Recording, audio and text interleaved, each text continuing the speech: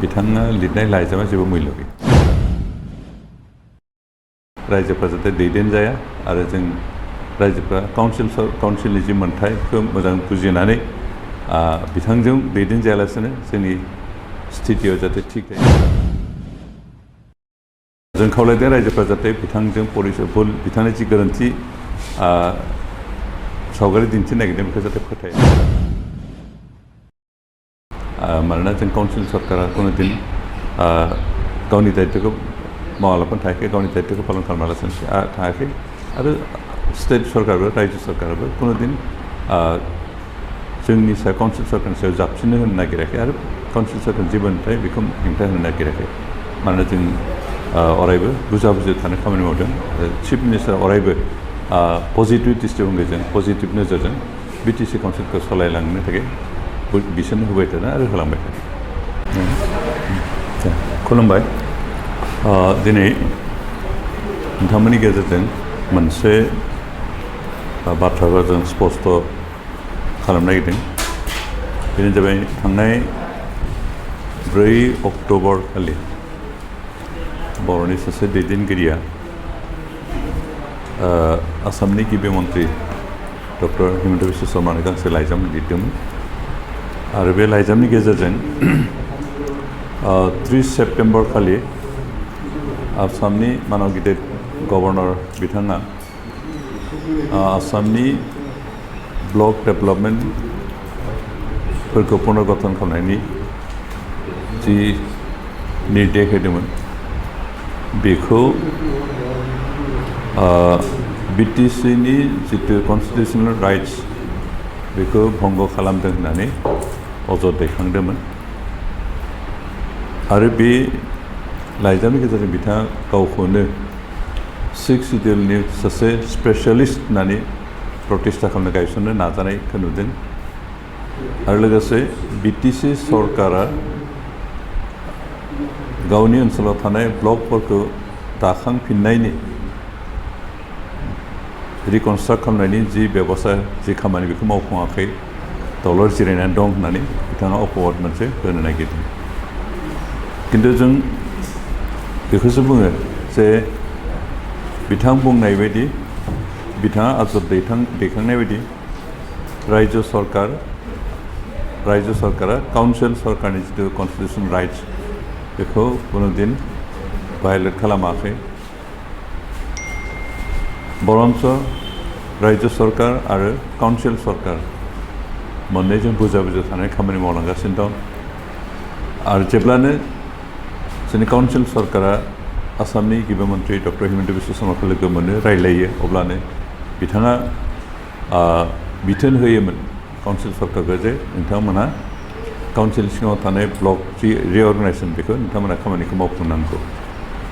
बेनिखायनो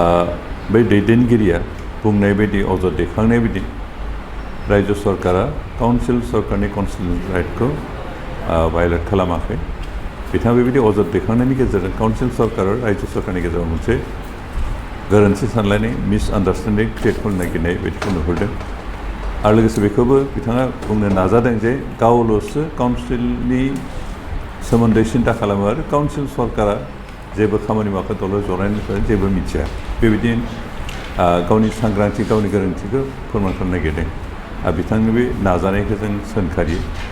मानोना बिथाङा अजद दैखांनाय बायदि काउन्सिल सरकार आरो रायजो सरकार काउन्सिल सरकारनि मोन्थायखौ कुनु दिन खर्ब खालामाखै आरो खालामनायबो नङा आरो काउन्सिल सरकाराबो बिथां अपबाद होनाय बायदि बिथाङा अजद दैखांनाय बायदि दलर जिरायनानै थायाखै जों काउन्सिल सरकारा 3 सेप्टेम्बर खालिनिफ्रायनो DRDनि गेजेरजों ब्लकफोरनि पुनर्गठनखौ रिअर्गेनाइजेसनखौ जागायदों आरो 30 सेप्टेम्बर खालि जा मानगोनां आसामनि गभर्नरा मोनसे डिरेक्सन होनानै SOPD बिटिसि काउन्सिल सिङाव थानाय ब्लकफोरखौ दाथायफिननो थाखाय मोनसे SOP दाना होदों आरो बे SOPनि थिननाय बायदि काउन्सिल सरकारा बे खामानिखौ मावगासिनो दं बेनिखायनो जों काउन्सिल सरकार दिनै जिरायनानै थायाखै उन्दुनानैबो थायाखै गावनि दायित्वखौ पालन खालामगासिनो दं आरो बिथाङा लाइजाम हरनायनि सिगाङावनो जों काउन्सिल सरकारा बिटिसि ओनसोलनि ब्लक दाथायफिननायनि रिअर्गनाइजेसननि खामानिखौ मावगासिनो दं। बेनिखायनो अजथायै अजद दैखांनाय बर' दैदेनगिरिनि आसामनि गिबि मन्थ्रिनि लाइजाम हरनायनि गेजेरजों जि मोनसे गाज्रि बारहावा सोमजिहोनो नागिरदों बेखौ जों सोंखारियो आरो रायजो राजाखौ खावलायो जे बेबायदि गावखौनो जोबोद काउन्सिलनि स्पेसियलिस्ट हिसाबै फसंनो नाजानाय बिथांनि बे नाजानायजों रायजोफ्रा जाहाथे दैदेनजाया आरो जों रायजोफ्रा काउन्सिलनि जि मोन्थायखौ मोजां बुजिनानै बिथांजों दैदेनजायालासिनो जोंनि स्थितियाव जाहाथे थिग थायो बेखौनो खावलायनाय जों खावलायदों रायजोफ्रा जाहाथे बिथांजों बिथांनि जि गोरोन्थि सावगारि दिन्थिनो नागिरदों बेखौ जाहाथे फोथाया मानोना जों काउन्सिल सरकारा कुनु दिन गावनि दायित्वखौ मावालाफानो थायाखै गावनि दायित्वखौ पालन खालामालासिनो थायाखै आरो स्टेट सरकारबो रायजो सरकाराबो कुनु दिन जोंनि सायाव काउन्सिल सरकारनि सायाव जाबसिननो होनो नागिराखै आरो काउन्सिल सरकारनि जि मोन्थाय बेखौ हेंथा होनो नागिराखै मानोना जों अरायबो बुजा थानो खामानि मावदों आरो चिफ मिनिस्टार अरायबो पजिटिभ दृष्टिभंगिजों पजिटिभ नोजोरजों बिटिसि काउन्सिलखौ सालायलांनो थाखाय बिसोन होबाय थादों आरो होलांबाय थादों। ना बिथां जिहेतु काउन्सिलाव आं PNRD डिपार्टमेन्टखौ नायदों आरो जों PNRD डिपार्टमेन्टआवनो बे ब्लकनि बाथ्रा फैयो खिन्थु जों माबा हिसाबै जों इटिमेटिभखौ स्टार्ट खालामबाय बिथाङा लिरनायनि सिगाङावनो खामानिखौ जों स्टार्ट खालामबाय आरो दा सोलिगासिनो दं बे माबाखौ ब्लक रिअर्गनाइजेसननि खामानिया सोलिगासिनो दं इटिमेटिभ जों गार्जेन मिनिस्टार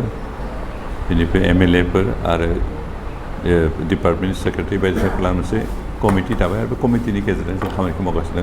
बिथाङा लाइजाम हरनायनि सिगाङावनो जों खामानिखौ स्टार्ट खालामदों बेनिखायनो बिथाङा लिरनाय लाइजामा जेबो मुल्य गैया।